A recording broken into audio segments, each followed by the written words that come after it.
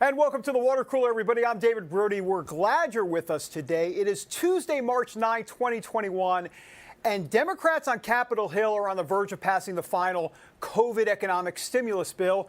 Joe Biden is going to sign it this week. That is, if they can wake him from his daily nap time.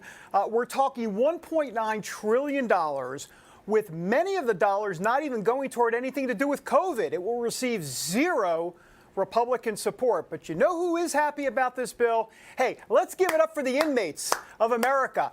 They, the inmates, get stimulus checks. That's right. Prisoners of America can thank the Democrats. And you know, in a way, that makes sense, if you know what I'm saying. Chew on that for a moment. All right. Also today, Donald Trump, sick of rhinos. You know, those Republicans in name only. He wants some solid MAGA elephants in the party. We're going to explain how he's navigating those waters ahead. Plus, her name is Lauren Witzke, the former U.S. Senate Republican candidate from Delaware. Folks, she has been canceled by Jack Dorsey and the big tech anti-free speech machine over at Twitter. What is her crime? One word: demonic. Apparently, that is hate speech if you disagree with something provocative and immoral that comes from a transgender man. Laura is going to be with us today. And how about good old Jerry Nadler, one of the top Democrats in Congress? Why did he say the other day that God's will is no concern to this Congress? Really? What does God think about that? We have an exclusive with God coming up. No, we don't have an exclusive with God. He's busy running the universe. Instead, Congressman Greg Steube is going to be here. It was his biblical words on the House floor that sent Nadler into that tailspin. But first, for our newsmaker today, she is tough, smart, no nonsense, and has taken D.C. by storm. And sure, she can be a little controversial. Why not? Which, of course, drives the left nuts, especially the media in this country. Joining me now, Congresswoman Marjorie Taylor Greene from the great state of Georgia. Congresswoman, we appreciate you being here on the Water Cooler. Great. I'm so happy to be here. Well, let me start with the COVID-19 bill. Obviously, it's going to be on the House floor. I'm sure you've got 1.9 trillion reasons why you can't stand it. But this week, some of your colleagues in the House Freedom Caucus, as well as yourself, obviously, you called for roll call votes on non-controversial bills, basically kind of thwarting the Democrats. They're trying to quickly get this COVID bill onto the floor and pass. So what's the strategy? What are you thinking there? Well, just for everything that you mentioned leading into this, I think demonic is the perfect word to use for what the Democrats are doing. You know, they erase gender as if male and female doesn't mean anything to them. With the 1.9 trillion, only 9% is being actually spent on COVID relief, yet we still have $1 trillion unspent that can be spent on actual COVID relief. Everything from defunding the police, H.R. 1, federalization of our elections, the two big gun control bills on the docket this week, this $1.9 trillion, all of it is disgusting. The American people are fed up. And so what should Republican members of Congress be doing on the House floor? We should be using every single procedure, every single trick we have in our rule book and in our bag. You know, here's what we have to do. We have to stop and delay what the Democrats are doing to our country, which is basically burning it down and ripping our freedoms out of our hands. Yeah, and clearly you've been effective at that this week for sure. I mentioned the word demonic. You mentioned the word demonic. I mean, this LGBT agenda and the Equality Act. I want to get your take. You had a passionate speech the other day on the House floor about it. I mean, what is happening specifically to our country? There's a lot of conservatives, but especially conservative Christians, very concerned about the 180 that this country has seen in the last 5-10 years. Oh, absolutely. We should all be concerned and outraged. Look, David, it's not about gay rights. It's not about discrimination. The Equality Act actually creates discrimination, and it destroys women's rights. It destroys women's sports. It completely obliterates religious freedoms. It takes away the ability for doctors to refuse to do an abortion simply because they don't agree with it or it's against their religion. It takes away doctors to tell that teenage girl that, no, I'm not going to do a mastectomy on you because right now you're having an identity crisis. Give this a little more time and you may become happy with your body once you finish growing through puberty. These things that are happening with the Democrats it's absolutely extremely disturbing. Here's the great thing about America. We're already equal. Every single American is equal, but the Democrats don't see it that way, and they're trying to push the trans agenda in front of everyone, not only in our women's bathrooms, our little girls' bathrooms, locker rooms, playing fields, but they also want it in our schools. They want it in adoptions. They want it in foster care. And it's wrong. It's just flat out wrong, and it's disgusting. And so Christian Americans, every single American, yeah, even the log cabin Republicans are completely against it. So this shouldn't be something that we're actually arguing about. I shouldn't have to put a sign outside of my office that says there's only two genders, male and female, and to trust the science. But this is where we are in the 117th Congress in the year of 2021. Yeah, it makes me wonder about the Judeo-Christian fabric of our country today. And, you even say those words, Judeo-Christian fabric, and all of a sudden, the media gets up in arms. We haven't even talked about abortion. I don't really want to get into the abortion issue right here. But if you put the LGBT agenda, abortion, there's a lot of things. There are certain principles in this country, and some folks would say that the Democrats themselves may be anti-biblical, anti-God. I know Trump even alluded to that. What's your view on where Democrats are in terms of the Bible and the values that are espoused in the good book? God created us. He created us male and female in his image. He created us. And creation in the womb, a baby in the womb, from the moment it is conceived, life starts at conception. Mm-hmm. The Democrats they want to murder babies in the wombs. Not only do they want to murder babies in the wombs, but they want to fund it, they promote it, and they want to call it women's health care. And they ram spending and open up new doors for abortions to the point where they're ready to go and murder babies even after they're born, as long as they can make them comfortable, like the governor of Virginia said.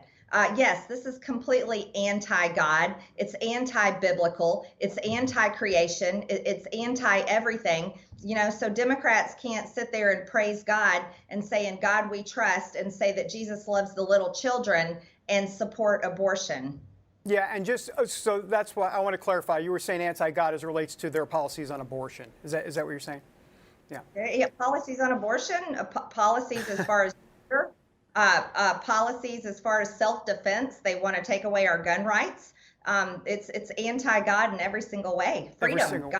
Freedom to make free choice and free will. Democrats want to take that away. Gotcha. Okay. On the vaccines, I got to tell you, the other day on the show, I said it's the CDC guidance on this. I mean, it's just guidance, but still, I feel like many people, especially liberals out there, are taking their cue from government, like government's their new god. And, we have the VPs, the vaccinated people. That's what they're now, and then you got the UVPs, the unvaccinated people. And here's how you can interact with these people. I mean, what do you make of all of this? Because I know there's a lot of people concerned about not even wanting to take this vaccine.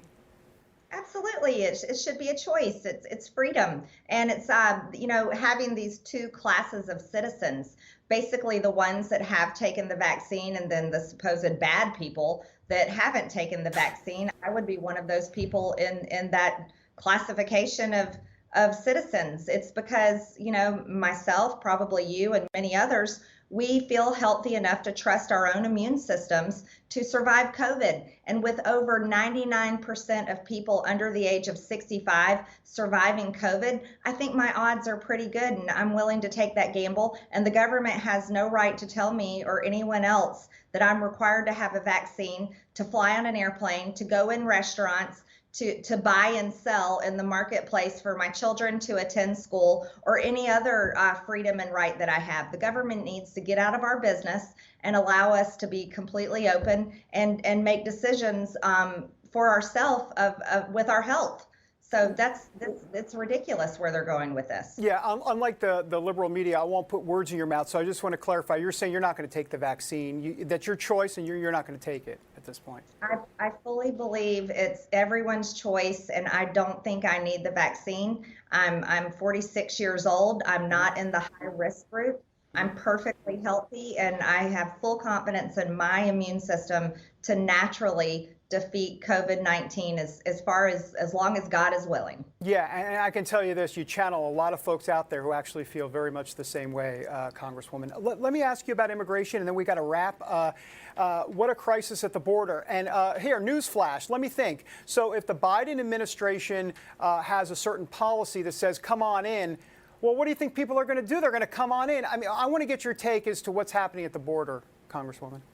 Well, first of all, I'll let you know, I can't fully tell it all, but I have some great legislation coming up on the border and border policy. So that'll be coming pretty soon. We're working hard on that. But what Joe Biden has done is he has completely opened the door to America at our southern border. He's also got schools 100% open, taxpayer funded for illegal children. You know, Democrats are always screaming about kids in cages, but they're opening up in-person teaching in schools for illegal kids while they're forcing our kids to stay home and basically stay in cages and not be allowed to go to school. What they're doing is they don't know who is coming in our country, they don't know where they come from, and they don't know how many diseases they have, while they yell at Americans and tell us we have to wear masks, we're supposed to get vaccines by CDC guidelines, and that our children have to stay home because they're spreading COVID around, and the the woke union bosses are upset for the teachers. Yeah. And so this is going to be Biden's demise. What he is doing at the border, it's not just a crisis. It's going to take him down and the rest of the Democrats in 2022. Congressman Marjorie Taylor Greene, we are so glad you're with us today. Thank you so much for your time, and good luck up there in Congress and fighting off quite a few giants up there in the swamp. Thank you. All right, that's Congresswoman Marjorie Taylor Greene from the great state of Georgia, the Peach State. Wait, am I right? Yes, the Peach State. Okay, I got to think about that. Lauren Witzke, here in a moment. She got banned on Twitter. Back in a moment. Are you tired of wasting time making trips to the grocery store, waiting in checkout lines, and overpaying for groceries every week? We thought so. Luckily, there's a better way. Misfits Market takes the hassle out of grocery shopping by delivering fresh, organic produce and sustainable groceries straight to your home at prices up to 40% less than traditional grocery stores. You'll get access to exclusive weekly savings on peak season organic produce, high-quality meats and seafood, and sustainably sourced pantry staples like snacks, pasta, and grains, plus keto-friendly and gluten-free foods. Do your weekly shopping in just minutes with Misfits Market, all with no service fees, membership fees, or commitments. Become a free member today and get $15 off your first order through September 30th. Just go to www.misfitsmarket.com and use code GROCERY15. That's promo code GROCERY15 for $15 off your first order. Misfits Market is not available in all 50 states. For more info, visit misfitsmarket.com. Welcome back to the Water Cooler, everybody. I'm David Brody, and this just in, America is out of control. Literally a 180 in America. I mean, what is this world coming to? What is this country coming to? Cancel culture, people getting canceled left and right, the big tech, big brother machine, and the anti-free speech machine in full force. I mean, just ask Lauren Witzke, a spokeswoman for Hold the Line PAC, the Political Action Committee, who was canceled on Twitter. I kid you not, this is just, it's insane. Let's talk to Lauren, shall we? Because guess what? She's here. So why not? Lauren, great to see you. Hi, thank you so much for having me. It's good to be here. Now that I have lost my voice on Twitter, I appreciate you giving me a voice to share on your show. Well, you're absolutely welcome. Yeah, and I'll tell you what, you won't lose your voice here for sure. So tell us the story. We teased it at the top of the show. Twitter literally saying, hate speech for a one-word demonic tweet? I mean, really? What in the world is going on here? Right. Well, Twitter has changed their terms of service to accommodate pedophilia. It's openly on their terms of service platform. So now if you are a pedophile degenerate who wants to call little girls kinky and make excuses for your own transgressions, you're fine. This transgender was not taken down, but I called him demonic. I called out exactly what that was when he called for little children being assaulted in the bathrooms, saying it's okay because they asked for it, and I call it demonic, and what it is, they shut me down. There is no place for a Christian conservative voice on the Twitter platform. And we have allowed this to happen to our ourselves, would you imagine 10 years ago having this conversation? The slippery slope, they told us we were crazy. It first started with just gay marriage and the LGBTQ agenda. Now we are at a point where they are coming for our children. They are openly coming for our children. And we have some serious decisions to make, especially within our own party, of how we're going to handle this, because this must be stopped. It must be full stopped. We have to go on offense. We cannot afford more lip service from our elected officials while they can't even handle or get big tech under control, who's enabling pedophilia. This is the current state of the Republican Party. This is the current state of just being controlled opposition. And conservative Christian voices are being silenced for standing up for what is right and calling out evil for what it is. Yeah, I got hit the other day. I did a commentary analysis on Mr. Potato Head, and I talked about, Adam and Eve were the first Mr. and Mrs. Potato Head. In other words, give me a break. There's two genders in this country. And so it just makes me wonder if the way to fight back doesn't just begin with the truth that is in the Bible. And here's the thing, this just in, as much as like with same-sex marriage, the polling has changed on that, but the Bible hasn't changed. It's just shocking to me that people, it seems like we live in a society of followers out there. Yeah, absolutely. God's word never changed. We did. Our culture is what changed. And we chose, instead of going the hard way and standing up against the insults and saying, I'm not going to take anymore, we decided to cave to the culture. And here is where we are at. This is what we're facing. Soon they're going to be coming after the homeschoolers. They are going to be illegalizing homeschooling. So parents are forced to send their kids to indoctrination centers where they're going to be brainwashed with gender dysphoria, smearing these children's identities and drag queen story hour. The slippery slope was real. And we as Christians and the conservative party, we are the ones to blame because we allowed it in our back door. Yeah. We have put LGBTQ lobbyists in positions of power to influence legislation, to influence their people. We've always been the party of social conservatism. We've always been the party that opposes gay marriage. Now all of that is about to change. So I'm trying to figure out what the difference is between a Democrat and a Republican if we aren't going to stand up for children and families. So now is the time that we have to come together as Christians, as Republicans, as conservatives, and stand for what is right and take back our country, because the end goal was always the children. You can see it right there. They are coming for your kids, and then they're going to strip parental rights away from opposing it. That is what it is about: breaking down the family, removing parents from the home, and replacing it with absolute evil and degeneracy. And Lauren, if we could do the disclaimer, and it's unfortunate we have to do the disclaimer, no one's talking about discrimination here. No one's talking about treating people with respect, whether you're LGBT or whatever you are. But this seems to be what they're talking about is a cultural definition here, and someone's values are going to reign supreme. And the question is, whose values are those going to be? Yeah, well, we have to make some decisions which direction we're going to go as a party. Yeah. We have been the party of traditional marriage and family, and we have some serious decisions to make. Are we going to sell out to these corporate lobbyists who are already doing a horrible job of propagandizing our children into not knowing what their genders are? Or are we going to hold true to what God's word says? His word never changed.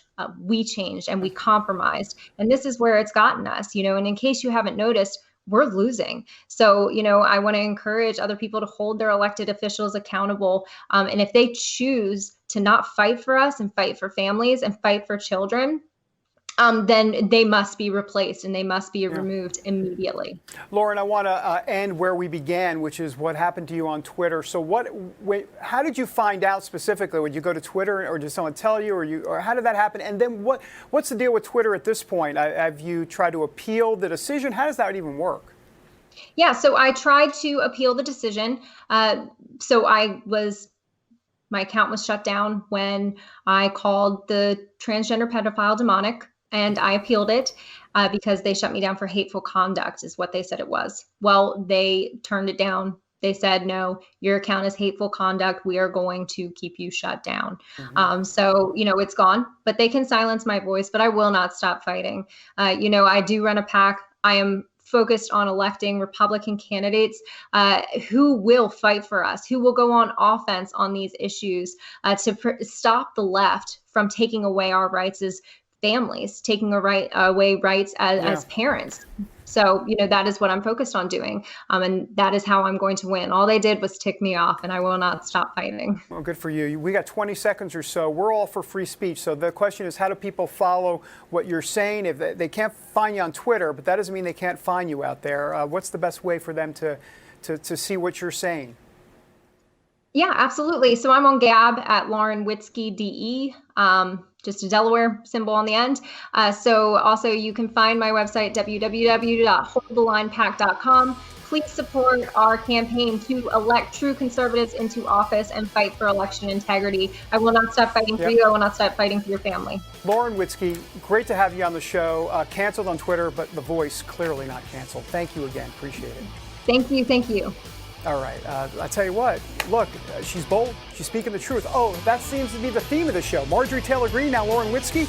Back in a moment. More boldness.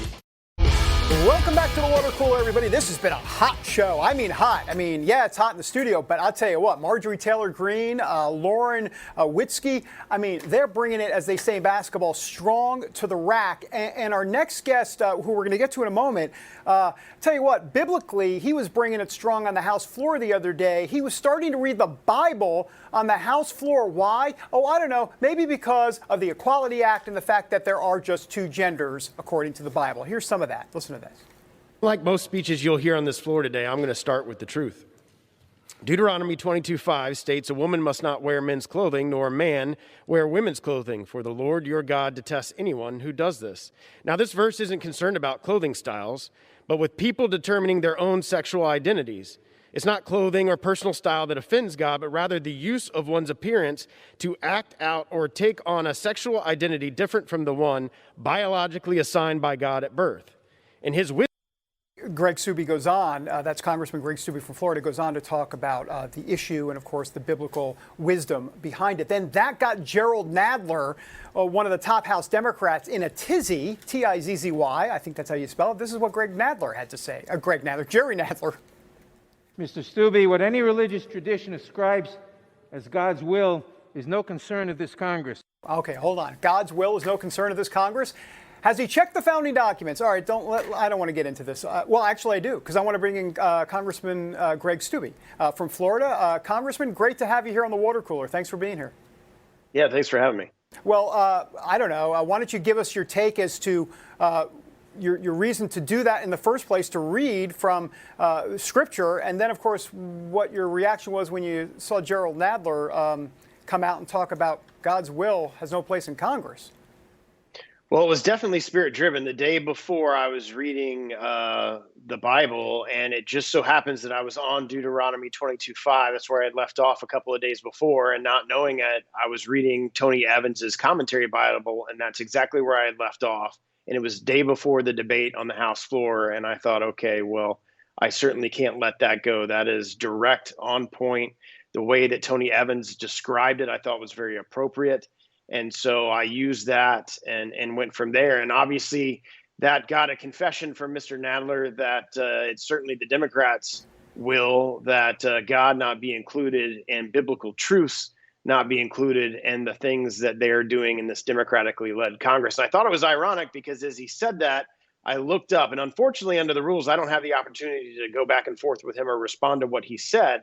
But right above the speaker's rostrum, the only words that are written on the House floor is "In God We Trust." Mm-hmm. So I think it's interesting that Mr. Nadler would say that that has no place in this Congress, that God's will has no place in this Congress, when right above where the speaker is standing, it says "In God We Trust." Yeah, we want to give you an opportunity here. Pretend this is the U.S. House floor. What would your reaction have been to Jerrold Nadler if you had a chance to respond? Obviously, you talked about "In God We Trust," but what does it say about Democrats overall about they're moving away from God? I mean, the polls show this. The people that are following the Democratic Party typically are there from a church-going perspective. What's your message to Jerrold Nadler on all of this? Well, I would contend that it very much, if we're not on the shoulders of God, as it talks about in Scripture, then we're on the shoulders of somebody else that I don't care to be on the shoulders of. And we're going a direction in this country that is very clearly not the direction of God. And if we're not going the direction of God, then we're going in the direction of the evil one. And the type of things that are described in the bill that we were debating on that floor is very much confusing the gender identities that we have in this country, confusing gender as it is. They redefined what gender is. They redefine what a man is. They redefine what a woman is. It no longer is what you were deemed at biologically when you were born.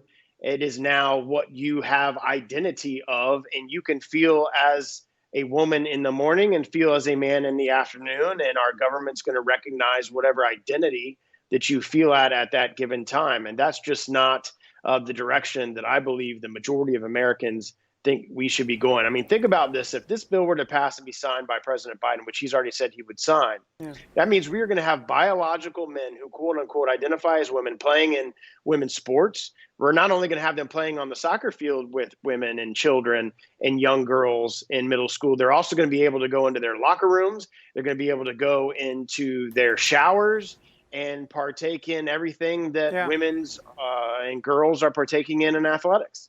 Well, and even if you don't want to argue the morality of it, obviously there's a huge moral issue here. But even if you're a Democrat and you don't want to argue the morality, how about just the political stupidity? I mean, how in the world do they think this is going to attract suburban moms who have kids in school who want to see their daughter maybe get a scholarship to college? And I mean, it just seems like it's politically stupid as well, not to mention morally. There's issues morally with it. Now, you have reintroduced a bill, right, to protect women and girls in competitive sports. Tell us about that. Yeah, it would protect Title IX sports. So I filed it last year. Of course, the Democratic-led Congress didn't want to take it on. But given what the Biden administration did on equality as it relates to female and women's sports, I felt it necessary to file the bill again. It would protect Title IX and women's sports. Therefore, only biological women can compete against biological women in women's sports. Otherwise, the colleges would lose their Title IX funding. And like you said, I can't see how even Democratic mothers who young girls are competing in either middle school or high school, and their high school daughter is competing for a scholarship to go to a university, and now they're having to compete with biological men to get that soccer scholarship. And now they're getting beaten out for those scholarships. I can't even see that Democratic and independent women would think that that's a great situation for their daughters to have biological men in the showers and the locker rooms and competing with them for athletic scholarships. Yeah, it's head scratching for sure. I've got 30 seconds or less. This gender council that Biden wants to do here, they're going to look at Title IX. Who knows what they're going to end up doing here? Well, they're going to give Title IX a completely new definition that is whoever wants to identify as that gender on that day can. And it completely undercuts, in my opinion, it undercuts all of the gains that we have had for women's sports and women equality since 1972 as it relates to Title IX sports. We're going to go completely the opposite direction because if biological men can compete in women's sports, it's not women's sports anymore. There you go. Greg Steube, I believe this is, if you had a mic, you would be like, boom, I'm out. Greg Steube dropping the mic. Thank you, Congressman. Thank you. Really great to see you. All right, great to see you down. Gotta love it. That Sarasota area and quite a vast area actually down there that he covers. But Sarasota, that is beautiful down there. I mean, it's a separate issue. It has nothing to do with what we just talked about. Sarasota not in Title IX, clearly, but definitely in my top 10 of vacation hotspots. All right, top 3. Back in line. Welcome back to the water cooler, everybody. I'm David Brody. Hope you are well. Donald Trump, he's in the news. Come on, he's always in the news. So all you have to do is go to Twitter and check his, oh, my bad. He's not on Twitter. But he releases statements, and he's got this new political action committee, and that's where he's making some news. Take a look. This is the Save America Political Action Committee, and this is what he says. No more money for rhinos. They do nothing but hurt the Republican Party and our great voting base, he goes on. Here's the point. Basically, he says at the end, send the money to me. Send the money to the PAC. Don't send it to, I don't know, the Republican National Committee or some other Republican group. That's interesting. Let's, oh my goodness. Let's bring in Nathan Gonzalez, the editor of Inside Elections. Nathan, good to see you, sir.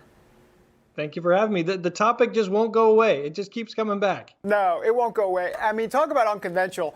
This doesn't happen. I mean, when does this ever happen? I mean, he's the president, the former president of the United States, and he's basically saying, don't send the money over to the Republicans, send it to me, send it to my PAC. What in the world? I don't understand this. I do understand it, but go ahead. Yeah, well, first of all, one of the unique characteristics of many in this situation is that the president remains extremely popular with Republican voters and Republican donors. And usually we see as voters leave office, they might have a fondness for a former president, but it's not the same as what we're seeing right now. But this is a real tangible example of the fight for the soul or control of the Republican Party. And I know that Republicans are, particularly heading into a midterm election where Republicans are focused on trying to get that one Senate seat to get the majority, or trying to get those 5 House seats to get the House. There is concern that this, play by the president, or him issuing a cease and desist letter, that it will not only hurt fundraising, but then he will take that money and use it first for his own purposes, right? Not focused necessarily on taking over Democratic seats, but focused on exacting revenge on Republicans who he thinks have crossed him. Yeah, but at the same time, that could be a winning strategy in 2022. We don't know yet for sure. But I think the concern here, if you're a Republican, look, if you're Grandma Betty, so to speak, and you're sending out a $400 check to the RNC, right? So some of that money is going to get spent potentially on potentially a rhino or a Republican in name only as it relates to maybe a moderate Republican. But Trump wants to go the full kit and caboodle. So you just wonder exactly how this is going to work, because could be hurting other Republicans that are not going to be rhinos. They're going to be solid conservatives, MAGA people even sometimes.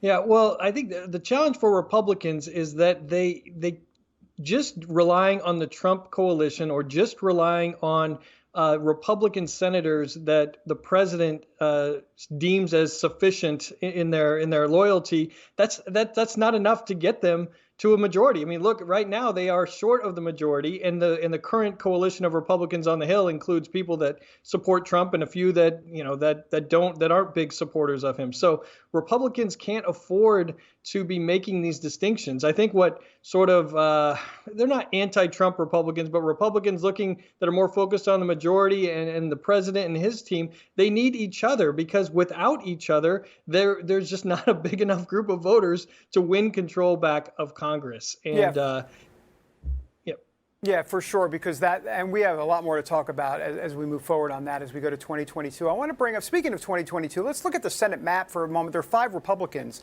specifically that you guys have laid out. Obviously, well, we can just see it here. Roy Blunt is no longer going to run in 2022. Rob Portman's not going to run. Pat Toomey, Richard Shelby, Richard Burr down in North Carolina. So what does this mean or portend for Republicans going forward in terms of the Senate map and the math there? Well, the Senate is in play. I mean, the majority is on the line in 2022. Republicans just need 1 seat. The most recent announcement by Senator Blunt in Missouri, we had that rated as solid Republican before he made the announcement. I think it's still solid Republican, which means I think Republicans are going to hold it. Now, I do expect there to be a messy primary. You have a number of statewide elected officials, 4 members of the congressional delegation that are going to take a look, and we'll see how that plays out. Ultimately, President Trump won Missouri by 15 points and 18 points in the last 2 presidential races. So I think Republicans start with the advantage. But it's going to be messy. I think the bigger concern for Republicans is that not only do they need to gain a Democratic seat, but they need to hold all of their own. And that open seat in Pennsylvania, where Pat Toomey isn't running, but Biden won Pennsylvania, that's potentially a problem to hold. And then Wisconsin, where Ron Johnson has not decided whether he's going to run for re-election or not, but that's also a state that Biden carried. So that, it's a mix. When you're trying to gain that seat, you not only have to get a Democratic seat, but you have to hold all of your own, or else you've just canceled, you've just swapped seats and you haven't made any net gains. Yeah, Nathan, did I miss anything on the Democrat side? U.S. senators, from the Democrat perspective, have any announced at all that they are not going to seek re-election in 2022? None have announced that they're not seeking re-election. I mean, we're watching Senator Pat Leahy of Vermont, who is getting up there in age. But the vulnerable seats to watch are Mark Kelly in Arizona, Raphael Warnock in Georgia, who just won special elections but are in competitive states. I mean, those are the states that Republicans are going to be looking at, whether there's an open seat or not. You know, as we wrap up here, I always think of Donald Trump's comment about how Democrats always stick together and Republicans never stick together. So maybe that's what this is all about, really. You know, that Trump wants to make this a more ruby red party. Obviously, and he wants he doesn't want the Lisa Murkowskis and the Susan Collins and the Mitt Romneys and others to buck the party, because Schumer seems to keep the Democrats in control. Well, maybe not Manchin, but you know what I'm saying. Yeah, and that's a valid goal. I mean, I don't fault the president for that. I just think that there's concern that some concern on the Republican side that the president won't be funneling, money toward the ultimate goal of winning back the Senate and winning back the House. That the first priority for him is revenge, and the second, maybe the second or third priority is then winning back the House. And this goes back to a whole bigger question. I still don't believe, David, that Donald Trump is a Republican. I think he has used the Republican Party to do what he wants and get where he needs to go. But he doesn't go to sleep at night worrying about the future of the GOP. That's just not who he is. Well, you are 100% correct on that. That makes two of us. He's not a Republican. Definitely not a Democrat. He's a Trump-publican. He does things his way. So, Nathan, I appreciate you. Thank you so much for being here. No problem. See you next time. All right. Nathan Gonzalez. Love the insight from someone. I'm going to say these words, and I don't even know if it's hyphenated. Level-headed. Is that hyphenated? Can we look that up? I think it is hyphenated, if I'm not mistaken. All right. Back in a moment with a poll of the day.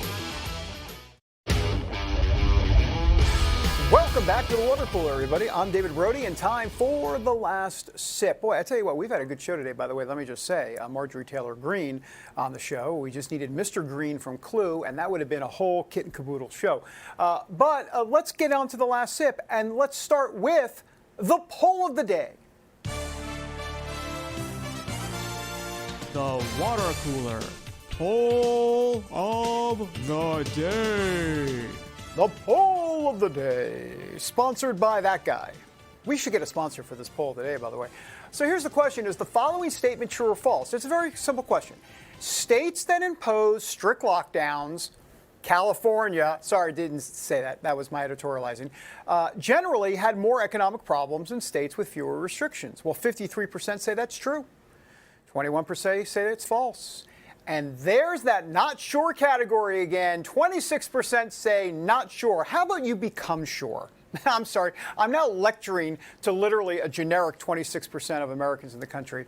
They're not sure. Anyhow, that's the poll of the day. Obviously, the answer is A. I'm sorry. That's just my opinion. 53% say true. Of course, you have more lockdowns, you have less freedom, you have more problems. Hello, it's not rocket science. All right, let's move on to more of our last sip. I don't know, what's the word? Potpourri, if you will. That's a good word for it. Joe Biden. Look, I don't want to laugh at any of this because it's not funny. It's not funny at all. Joe Biden, again, with a, how do I say this? It's more than a faux pas. He's clearly declining mentally. He couldn't even remember the Pentagon building the other day and who the Secretary of Defense was. Here it is. Take a look. I want to thank the former general. I keep calling him general, but the guy who runs that outfit over there. The guy that runs that thing? What? I mean, it's the Pentagon, Joe. But look, I don't want to get on his case. Look, we get on his case plenty from an analytical standpoint here on policy and direction of the country and all of that. But you can't get on him necessarily for this. This is clearly cognitive decline. I mean, come on, folks. We all know the deal. And that's not a Republican take or a conservative take. It's an American take. I mean, it doesn't take a rocket scientist to figure out that man clearly is in cognitive decline. I'm not a doctor, but I'm not stupid. So then the question is for the media, where are you? Where are the stories about this? Why is Joe Biden president in that condition? Welcome back to the Water Cooler, everybody. It's the end of the show. We've saved the best for last. That's what Joe Weber, the senior writer at justthenews.com, wanted me to write. He said, you should put this in prompter, that save the best for... No, he didn't do that. I'm lying. I'm literally lying on national television. Joe, always great to see you, sir. Thanks for having me. Same to you. Yeah, same to you. I've heard that before in New York. Hey, same to you. All right, look, what's going on with the dogs and Biden? I mean, clearly the mainstream media covering really hard-hitting topics here. What's happening? Nah, I'm sorry that your show is going to the dogs, but that's one of the biggest stories of the day. People just can't get enough of this story. One of Joe Biden and First Lady Jill Biden's dogs evidently had a biting incident with a member of the security team. I'm told that it's a member of the Secret Service. That would be Major, the 3-year-old. And people just can't get enough of this story. I had a reporter call me, wanting to know more about it, thinks they can finger the name of the Secret Service agent, and if I knew which one was with a lighter colored dog in terms of age. So this story just continues to go on and on. Joe, how am I supposed to ask a follow-up question about that? All right, here's my follow-up question. We don't know. Do we know the security officer, or was he a Republican? Just kidding. I don't know. What am I supposed to ask? I am told that he might have been assigned to the security detail for Mike Pence at one time. Is that true? Yep. Oh, no, I'm serious. Oh, okay, you're serious. Yeah. People are diving into this story with zeal. They want Pulitzer out of it. Yeah, Pulitzer. But you know what is interesting is just kind of from an overall marketing standpoint, animals, babies, hey, you can't go wrong, right? Groucho Marx. Yeah, absolutely. All right. What else? Here's another interesting story that I think you might find. The Nevada Democratic Party, the whole group quit. They had a sort of voting between the Nevada Democratic Progressive slate and the Progressive Unity slate, and Judith Miller became chairman from the NV Dem Progressives. Once she won, the whole group quit, and all their consultants. They put up too many socialist candidates, they said. And so that was it. All right. Well, you can find that and a lot more at justthenews.com. Joe Weber, always great to see you, sir. Thank you so much. Thanks for having me. All right. Hey, tomorrow on the show, we've got like a Mideast theme going on. We have Jason Greenblatt will be with us. He did some of those Middle East peace deals with Jared Kushner under the Trump White House. Also, Joel Rosenberg will be joining us from Israel. Liz Harrington here, and Rick Green will bring his pocket constitution. See you tomorrow, everybody.